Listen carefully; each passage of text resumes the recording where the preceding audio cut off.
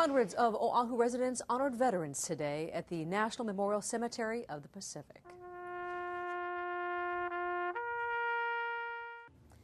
At the ceremony, veterans from World War II to the Afghanistan and Iraq wars of today came together to honor the memory and sacrifice of those who died.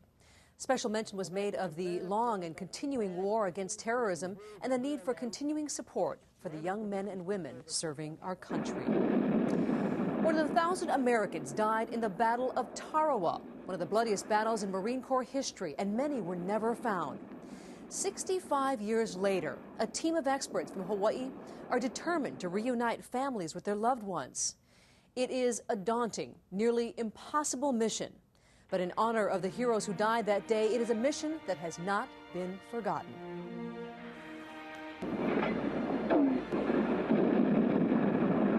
This is right before he's hit with a sniper. He took it upon himself to do something that needed to be done. He did it and lost his life for it, but saved a lot of other lives. A young child when her father died, Alexandra Bonnyman has learned through pictures, letters, history books of a 76-hour slaughter that left some 7,000 Americans, Japanese, and Koreans dead, including her father. Oh, he was very, very, very handsome. In the years that followed, awards, condolences, and questions. Now, you see, he had a cross, and his name is on it. Questions about the servicemen who died on Tarawa, an atoll 2,500 miles southwest of Hawaii, whose remains are still missing 65 years later. A lot of those small cemeteries just disappeared. Here's one of the sites on Tarawa. This seems to be an intact, undisturbed zone.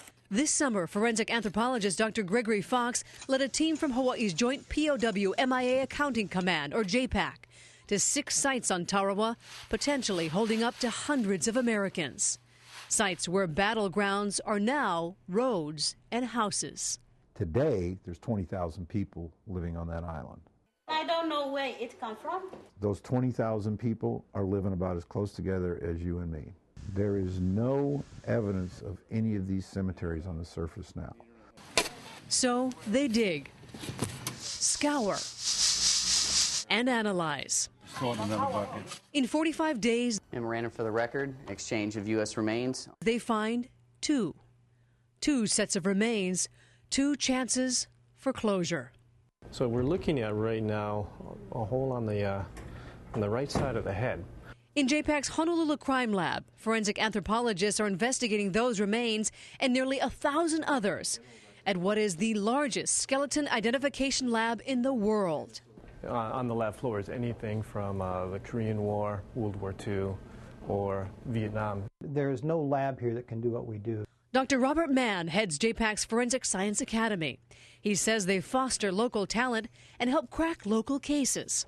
In recent months, JPAC has investigated human remains exposed during a Lualua brush fire, found floating in a Makiki stream, and uncovered in the backyard of a Manoa Valley home. We can make an identification realistically in a police case, perhaps in a matter of a day or a couple of days. The cases we deal with the military and from past wars take longer. They take weeks, months, or years. It took all this time to learn who her father really was and what he and thousands of others sacrificed on this tiny atoll in the middle of the Pacific. I feel very grateful to have learned as much about him as I have. Now what she and so many other families wait for what one day may come. It's a dash of gratitude. It doesn't go away just because time passes. Mixed with a world of hope. It's not an easy task, but it's something that we need to do. To this day, more than 74,000 service members remain missing from just World War II alone. Congress is now mandating JPAC to make 200 identifications every year by 2015. A final note, you may not realize there is a memorial in Waimea on the Big Island called Camp Tarawa. Thousands of Marines who survived the bloody battle went straight to the Big Island after to recover and retrain for the Battle of Iwo Jima.